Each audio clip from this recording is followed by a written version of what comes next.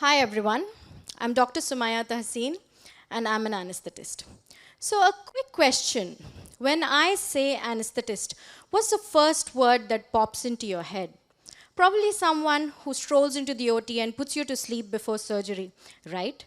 Someone who pushes a few buttons, gives a few drugs, and boom, you're out like a light. Simple, right? But here's the truth. Anesthesia is not just about sleep. It's about survival. It's like flying a plane where the human body is the plane and the weather can change within seconds. Sometimes it's smooth and sometimes the storm hits. Today, I want to talk to you about one of those storms. It was a regular day. A 3-month-old baby was posted for a fairly straightforward surgery. I did everything by the book. Prepped, checked, rechecked, the monitors were connected, the baby was asleep, and the surgery started. And then, without warning, flatline. The heart rate dropped, the oxygen plummeted, and just like that, the baby's life was slipping away right in front of us. In moments like that, you have no time to think, you act. I remember starting chest compressions with 2 fingers, adrenaline was ready, calling for help, and praying under my breath. That day, the whole OT froze, but we didn't give up. And after what felt like forever, we had a heartbeat. We saved that baby.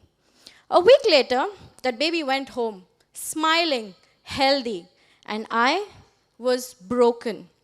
I sat in my car that night and cried like I hadn't done in years. Because even though we won, it was in that moment that I realized how close to the edge we walk every single day. See, anesthetists are like the stage crew in a big production. If we do our job well, no one really notices. But we are the ones keeping people alive through trauma, childbirth emergencies, cancer surgeries, transplants, COVID, and even war zones. And now, we're not just keeping people alive, we're also changing the way anesthesia is delivered altogether. So, what's new? What's changing? Let me walk you through a few game changers happening right now that the world should definitely know about. So we now have AI systems that calculate and adjust drug doses based on what your heart and your brain are doing. Yes, you heard that right. Imagine a machine that reads your brain waves, your heartbeat, and your oxygen levels and tweaks anesthesia accordingly, just enough to keep you safely under, not too much, not too little. This is called closed loop anesthesia delivery. Think of it as cruise control, but for your brain. This is already being tested in some cutting edge hospitals around the world. But the real dream is to get this to small town hospitals and remote clinics where an experienced anesthetist may not always be around. And that is how we break boundaries of access. Here's another breakthrough: personalized anesthesia. And the word is pharmacogenomics. Big word, but the idea is super simple. See, not everybody reacts to drugs the same way. Some wake up really quickly, some take forever, and some develop very dangerous complications to completely routine medications. I once had a patient who stayed sedated for hours longer than expected. We later found out she had a genetic variation that made her metabolize the drug really slowly. But now, just take a quick cheek swab before surgery, and the machine tells you, hey, this drug metabolizes fentanyl really fast, so up the dose, or avoid that muscle relaxant. It's a genetic red flag. Suddenly, we're not guessing. We're tailoring the whole thing to you. And this is not science fiction. It's already being tested in some cutting-edge centers around the world.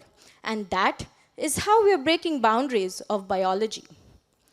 Now, the next one is really close to my heart.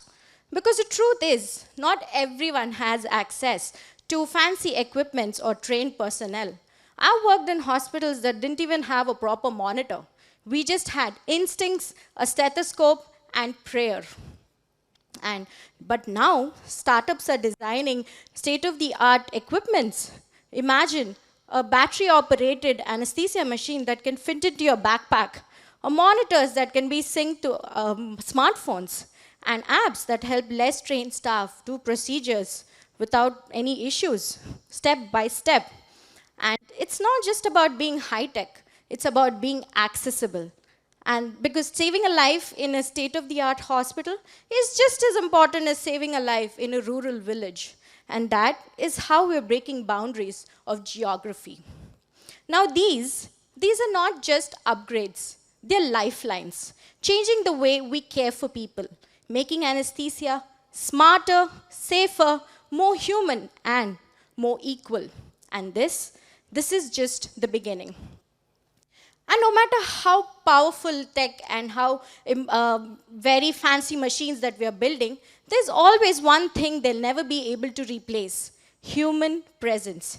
AI can detect a rapid fall in saturation, but it can't detect the fear in a patient's voice when he whispers, "Will I wake up?" AI can read 1,000 beats per minute, but it can't see the tears welling up in a mother's eyes when her child is being wheeled into surgery.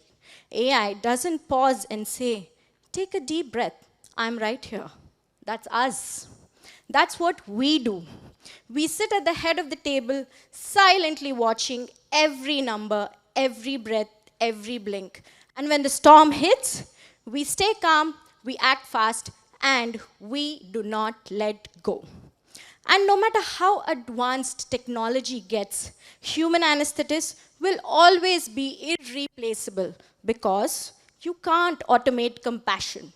And most of the time, if we do our job well, no one even knows we were there. But we know, and it matters. But why does it matter? Because that baby I mentioned to you earlier about, he changed me. He made me want to not just practice anesthesia, but rethink it. Why should we rely on reactive medicine when we can be predictive? Why should people in small hospitals get second-tier safety? And why are we not letting the world know about the insane innovation happening in our field?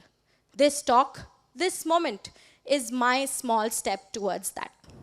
So next time, when you or someone you love is being wheeled into surgery, I want you all to remember this.